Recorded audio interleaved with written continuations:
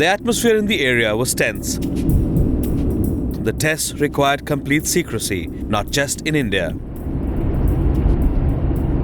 Not a soul should detect the mega plan.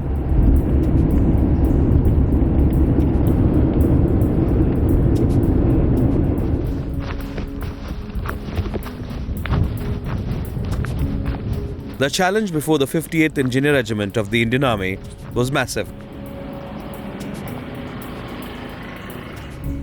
Commissioned to prepare the test sites without being probed by the US spy satellites. The staff was briefed. They must take all measures to ensure total secrecy. Helicopter surveys with radiation detection instruments before and after the events have confirmed that there was no leakage of radiation into the atmosphere.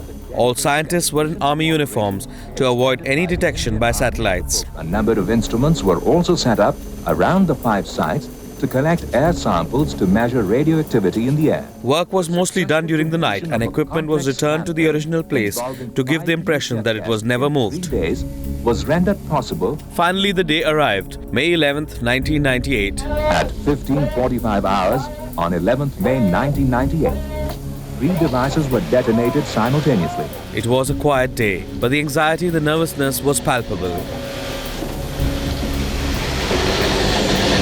India's atomic ground zero. This is Pokhran. This is where the 1974 explosion happened. And this is where the 1998 explosions happened in May, 15 years ago. First, Operation Shakti was set in motion with the detonation of 1 fusion and 3 fission bombs. 48 hours later, 2 additional fission devices were detonated. It was finally official. India was now a full-fledged nuclear state. For remote simultaneous triggering of 3 nuclear device system located at several kilometers away each, a special command and control system was used in addition to conventional data monitors, seismic meters, geophones, accelerometers. Much of the world condemned India, but in India the mood was largely self-congratulatory. India had the bomb. India had gone nuclear. India was a big power.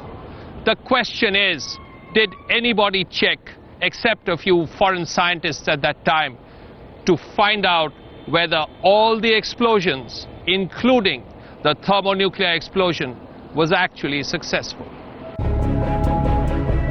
It had been 10 years since the test explosions in the village in Rajasthan. Governments had changed, the country had changed. Pokhran-II was now part of textbooks. A date that became a part of modern history. Then came the bolt from blue.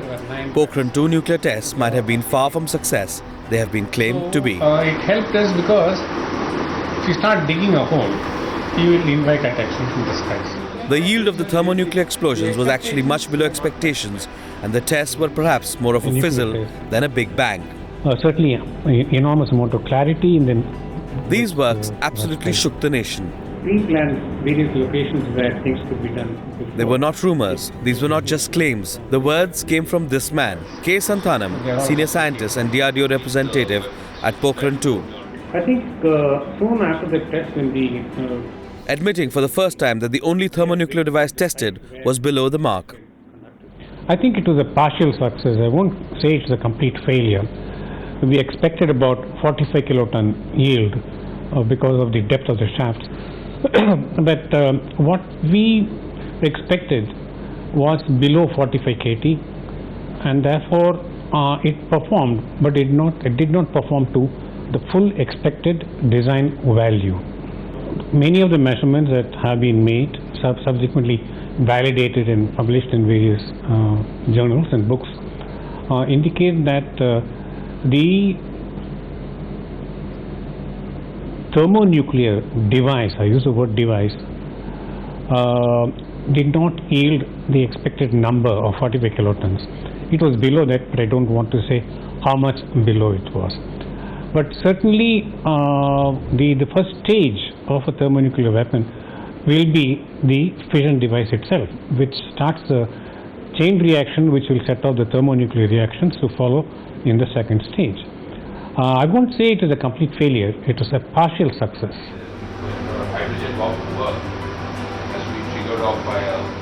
And with that startling disclosure, the controversy over the yield of the test, previously questioned by foreign agencies, was given a fresh lease.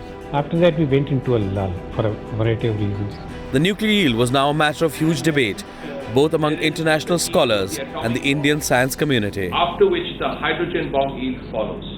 Soon after the test, when the green signal came, we have visited the sites where these tests were conducted.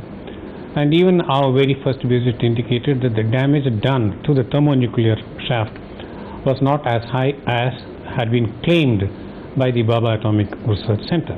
This is obvious even to the naked man's eye. But then we waited till we came back, did a little more work, presented our results in the early conference that we had. And it took us about 6 to 9 months to go into detailed analysis of all the measurements that we had conducted.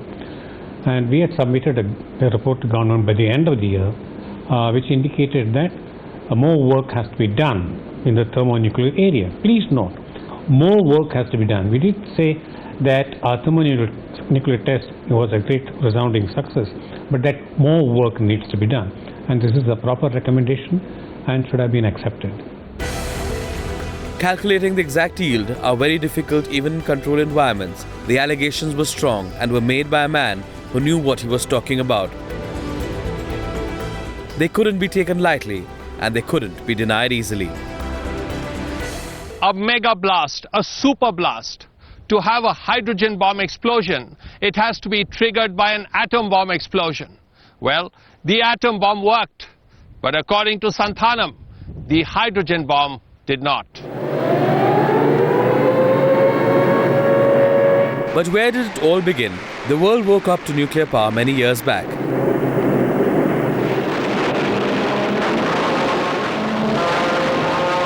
It was in the final stages of the World War II in 1945.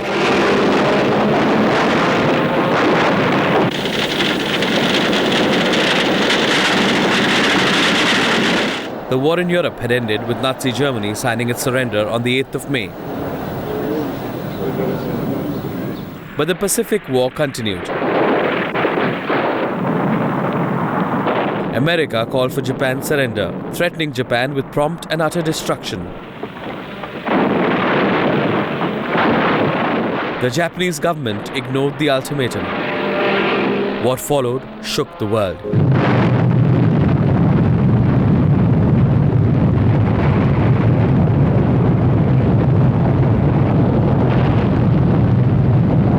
American airmen dropped Little Boy on the city of Hiroshima on the 6th of August 1945.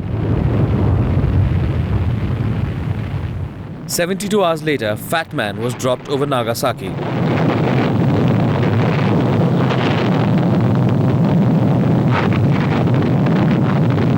Dr. Santhanam was the field director of the tests. If anybody should know in the Indian establishment, he's the one to know. So there's not a matter of claim. When Dr. Santhanam tells you and tells the country that the thermonuclear design that was tested in 1998 as part of the Shakti series did not work, then it did not work. It was a dud. Many of us said it at the time that it was basically a fizzle.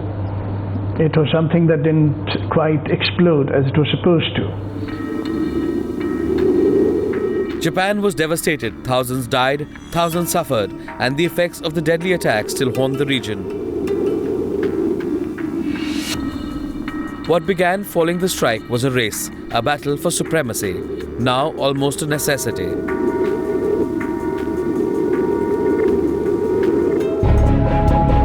It was codenamed Smiling Buddha. Set to be tested on the 18th of May 1974, the birthday of Gautam Buddha. The test was a top secret.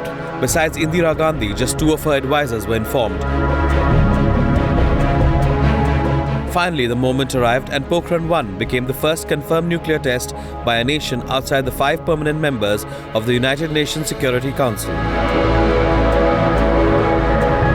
When Western scientists first spoke about the low yield of the hydrogen bomb blast, they were dismissed as Western propaganda.